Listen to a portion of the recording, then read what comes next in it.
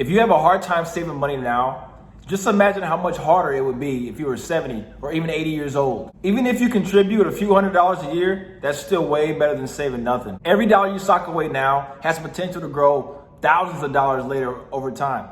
That's if it has time to grow. What's up, my friends? It's Justin Smith. This is the Investments YouTube channel where we invest in everything, whether it's yourself, your finances, or the people around you. In this episode, we'll be talking about starting early and saving now while we're young. When thinking of retirement, for most of us, it may seem very, very far away. You literally have the most possible time on your side. I mean, you can contribute less and still finish with more money thanks to the power of compounding interest. Compounding interest is the way your money earns its own money. One way to motivate yourself to save is by visualizing your future self. Remember, every dollar you save today will be supporting your financial security in the future. What I'm learning is the easiest way to save money is to do it without even thinking about it. Most people do this by setting up an automatic contribution to some sort of retirement account. Set it and then forget about it. Here are a few ways that everyday workers are keeping their contributions automated. Number one, payroll deductions. This usually happens when you enroll into your employees' retirement plan contributions. In most companies, you'll be eligible for this program after being with the company for some time. If you don't have access to an employer retirement plan, you can still do it on your own. These are things like IRAs or even cash value life insurance. Some employers even let you split up the retirement contributions, meaning you can put one thing into a 401k or you can put one thing into an IRA. The good thing about it is it helps with diversification. You don't want to put all your eggs in one basket. This is something you want to check with your employer human resource department just to see if they have these options for you. Number two is recurring transfers. This is for those who are self-employed and can't make those automatic contributions through their employer. After you set up a retirement account, you can fund it with a checking or a savings account as long as you have direct deposit. The first step you should take to make this easy is to set up an account with a Robo Advisor. These Robo accounts are Betterment or Wealthfront. These are low-cost, non-minimum balance options that will help you get started quickly. And you can even make changes to your account through the app. And don't you worry, because I will make sure these links will be down below. Number three is periodic check-ins. Rule of thumb is to at least do periodic check-ins with your retirement account at least once a year. This is where you will look at your investment returns and your impact fees just to see if your savings is still on track. These annual check-ins are good times to add additional income to your automatic contributions, even if it's 1%. Many employers already add the automatic escalation contributions. So if you're self-employed, this is something you want to think about. The more you increase your contributions each year, your little money can actually grow and be transferred into tens, if not thousands of dollars over time. When you first open a retirement account, if you haven't already, you're planting what they call money seeds. Over time, the seeds will grow, they'll branch out and even create more seeds for you to plant and keep going. Just think of every extra dollar like a fertilizer.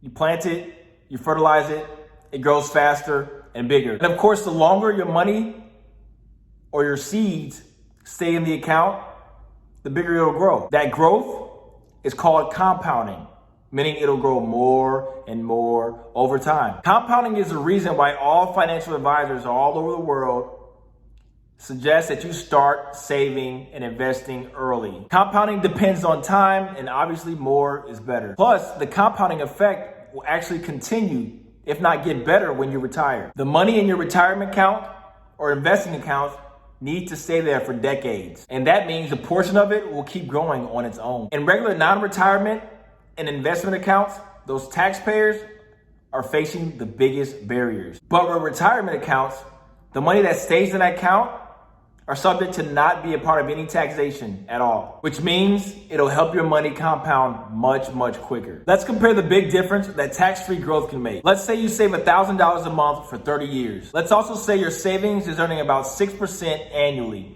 which is very conservative. In the tax-deferred retirement account, you will end up with just over $1 million. $360,000 come from your contribution, and nearly $650,000 comes from compounding interest over time. The ending balance in a regular retirement account will look way different. The balance in this account after 30 years will only come down to $750,000. This is while federal taxes are 22%. The Savers Credit gives you a tax rate of 50%, 20%, or 10% of your contribution up to $2,000. Now, this will all depend on your income. Unlike a tax deduction, this will save a lot of money off your tax bill for extra savings. So start now. The real secret to a flush retirement is time. The more time your savings has to grow, the less time you have to actually put away. If you save for 20 years and then stop, you'll still have way more money than someone who starts 20 years later and saves a lot more. This is why the answer to when should I start investing is always right now. Now let's look at the difference that time can make for you.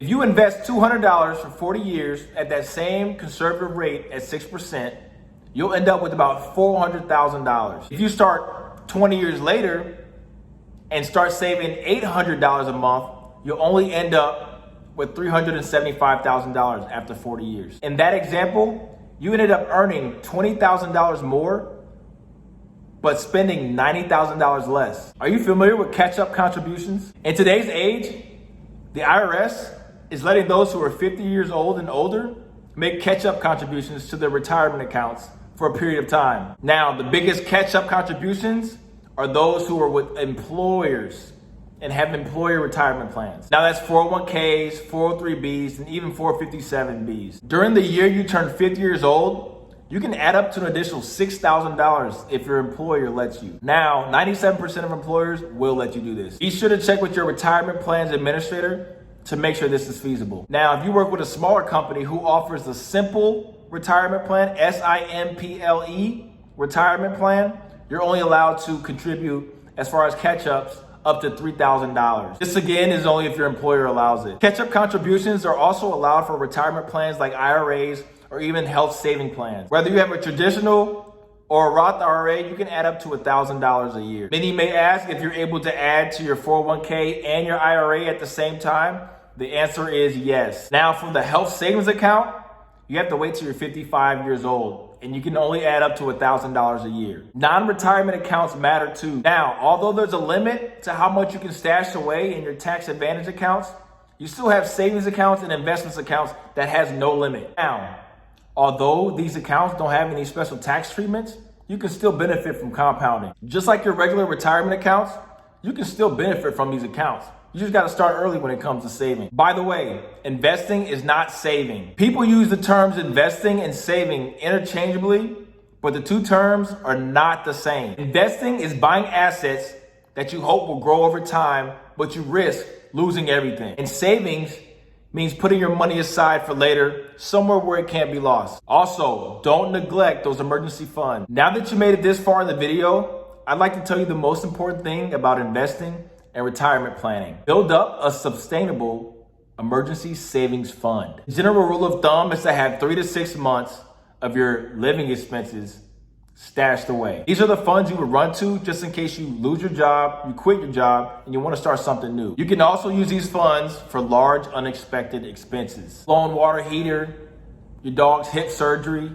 This will also help you stay away from increasing credit debt. Trust me, you don't want to go down that road. Though it may be tempting, the best way to grow wealth is by not tapping into these funds. Now, obviously, in a sole earner's household, you have to save a little more. But in a 2 earners household, you might not have to save as much. So where do you get started? I suggest micro investing. Micro investing is the tiny bits of money that add up over time. Any of these easy to use apps allow your credit or debit card to round up the transactions for you. This is like turning a $3.75 purchase into a $4 purchase. And then they'll automatically transfer that difference into an investment account for you. You can also set up these micro transfers from your bank account. One account that's nice and simple and helped me out a lot is Robinhood. Now, the emphasis on starting early will have you so far up just by investing pennies on a dollar. If this video really caught your eye, please feel free to like, comment, share, subscribe, or show this to your family member or a friend that you think will benefit from this information. Here at the investments community, we love to spread education and awareness about financial literacy. All right, my friends, my name is Justin. This is the Investments YouTube channel, and we'll see you next episode. Peace.